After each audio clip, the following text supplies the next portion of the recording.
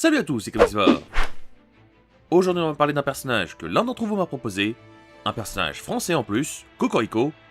On va parler d'Exodus, le bonnet du Paris. Un personnage pas très récent, qui a eu un rebond de popularité durant ces dernières années. Il apparaît la première fois dans le comics X-Factor numéro 92, sorti en juillet 1993. Il a été créé et dessiné par Scott Lobdell et par Joe Quesada. Monsieur Lobdell, qui a créé des personnages fort intéressants comme Monet Sainte-Croix, Graydon Creed, le père de Dents de Sabre, ou encore Everett Thomas, un mutant très particulier. De son côté, Joe Quesada a créé des personnages comme Ariana, Lily Allister, qui a eu une vie très mouvementée, et Maya Lopez, qui serait un très bon personnage pour une vidéo, donc je vais éviter de parler trop d'elle. Côté média, Exodus apparaît dans quelques jeux, comme dans X-Men Mutant Apocalypse, X-Men 2 Clone Wars, et dans X-Men Game Master Legacy. Il apparaît très brièvement dans la fin de Magneto, dans Marvel vs Capcom 3, juste là, et possède une figurine de la marque Toy Biz, même si pour moi c'est plus un jouet qu'une figurine, ou encore une autre figurine du jeu HeroClix, qui n'est vraiment pas très grande.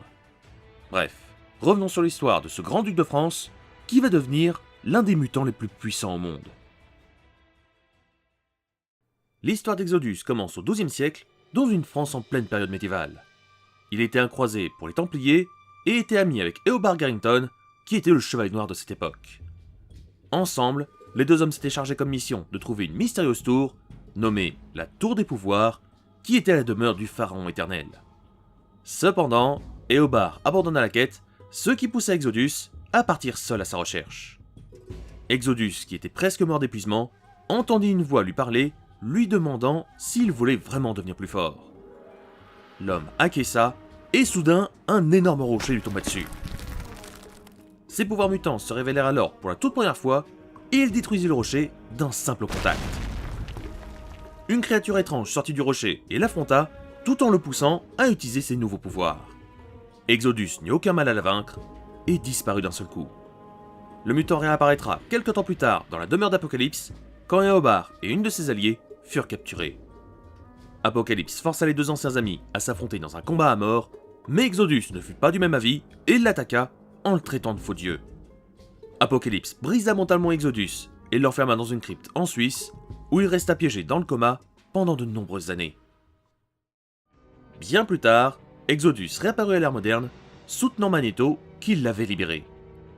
Il se retrouva confronté à l'équipe X-Force, mais les balaya avec ses attaques mentales.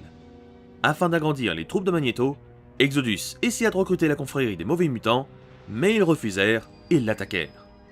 Après ça, il resta en retrait aux côtés de Magneto, même après que celui-ci se fasse battre par Charles Xavier. Par la suite, lorsque la petite fille de Magneto, Luna, se fit capturer par Fabian Cortez, l'ancien bras droit de Magneto qui était un petit peu salé, Exodus le tua de sang-froid et récupéra l'enfant. Cependant, il accepta un peu trop les idées de Magneto et décida de tuer tous les humains qui étaient à Genosha grâce à un agent de force qui allait les écraser afin de ne laisser vivre que les mutants. Les Avengers et les X-Men décidèrent alors de l'affronter, mais même tous ensemble, ils n'arrivèrent pas à l'atteindre. Alors qu'il allait sacrifier Luna, Charles lança une puissante attaque qui le déstabilisa et le Chevalier Noir en profita pour l'empaler sur son épée. Vaincu et affaibli, Exodus lança une terrible attaque sur Pietro avant de partir se réfugier à Avalon. Après s'être remis, il ordonna à ses troupes d'attaquer la montagne Wendagore afin de détrôner le High Evolutionaries. Exodus réussit à prendre le contrôle de la citadelle et décida par la suite d'assassiner le High Evolutionaries et tous les mutants qu'il jugeait impurs. Une terrible bataille éclata au mont Wendagore entre plusieurs groupes de mutants qui étaient, dans la plupart, contre Exodus et ses sbires. Alors qu'il arrivait à garder la forteresse, le Dark Knight révéla à Exodus que c'était lui qui l'avait vaincu la dernière fois, ce qui le poussa dans une rage folle. Exodus tomba au combat face au Dark Knight et se retrouva une nouvelle fois scellé dans un tombeau qu'Apocalypse avait créé des années avant. Bien plus tard, Exodus se libéra et prit l'apparence de Magneto afin de remettre dans le droit chemin de Genosha entre mutants et non-mutants. Le sommeil forcé, ça lui a fait du bien. Malheureusement, alors qu'il voulait vraiment faire le bien, les X-Men attaquèrent ceux qu'ils voyaient comme Magneto, brisant alors son camouflage psychique. Le mutant expliqua qu'il ne voulait plus être le bras droit d'homme comme Magneto ou Apocalypse et qu'il voulait ramener la paix, mais sans Magneto, les habitants de Genosha recommencèrent à se battre entre eux. Furieux contre les X-Men, il forma une nouvelle équipe et décida de se venger en les attaquant directement dans leur demeure. L'attaque fut un vrai fiasco et tout le groupe se fit aspirer dans l'esprit de Xorn. Bien plus tard, après l'événement du M-Day, House of M, Wanda, tout ça, Exodus fut l'un des rares mutants à avoir gardé ses pouvoirs. Il attaqua un héliporteur du Shield afin de mettre la main sur un casque cérébro dans l'unique but de voir s'il y avait de nouvelles naissances de mutants. Rogue l'arrêta en lui expliquant que depuis l'événement, il n'y avait eu aucun nouveau mutant. Furieux, Exodus décida de s'allier avec un autre adorateur des mutants qui n'était autre que Mr. Sinister, même si il ne resta pas très longtemps avec lui. Peu de temps après, quand Charles se fit tirer dessus en pleine tête par Bishop, Exodus tenta de réparer le cerveau de Charles, mais ne réussit pas à restaurer sa mémoire. Magneto réussit à restaurer une partie des souvenirs de Charles, qui se réveilla d'un seul coup. Alors que Magneto avait neutralisé une mutante qui voulait le tuer, Exodus, furieux, tenta de tuer à son tour Magneto.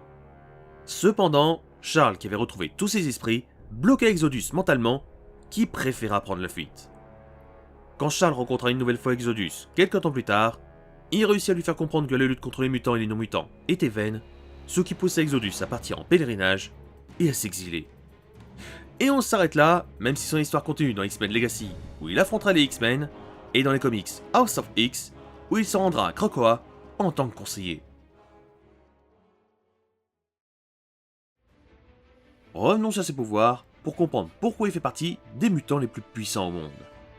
Côté force brute, Exodus n'est pas très impressionnant. Une force tout à fait classique pour un personnage pas du tout classique.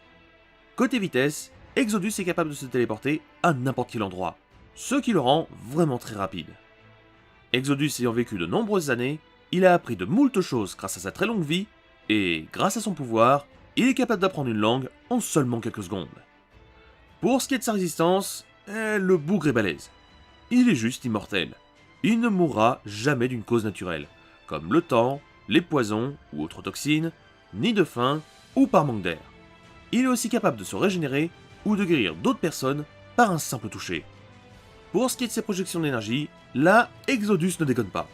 Pour faire simple, il est capable de faire de la télékinésie jusqu'à un niveau atomique, créer des champs de force, tirer des rayons d'énergie qui détruiront le mental de son adversaire, il peut créer des objets psioniques, un peu à la manière de Green Lantern, contrôler la chaleur en modifiant les énergies de la Terre, modifier les émotions d'une personne, lire dans les pensées des gens, il serait un cran au-dessus du niveau de Charles Xavier, prendre le contrôle mental d'une personne, lui broyer son esprit, en faire un légume, bref, le bougre est ultra puissant mentalement. Et le pire, c'est que si des gens le soutiennent, ses pouvoirs se retrouveront encore améliorés, le rendant mais complètement pété. Ah oui, et si c'était pas suffisant, s'il se concentre, il peut améliorer sa force pour lui permettre de sauver plus de 100 tonnes, et lui permettant de voler à des vitesses équivalentes en match 2. Et pour ce qui est de son talent en combat au corps à corps, Exodus n'est pas très doué dans ce domaine. Mais en même temps, quand t'es capable de briser mentalement ton adversaire à distance, j'ai envie de dire, c'est pas une de tes plus grosses priorités. J'espère que cette vidéo sur Exodus, qui est un perso pas très connu, vous aura quand même plu. Vous savez ce qu'il faut faire si vous voulez me remercier, et quant à moi, je vous laisse, et on se retrouve soit dimanche pour un short, soit dans quelques jours pour une vidéo sur un personnage que vous aurez choisi. A la prochaine les Comicsvores.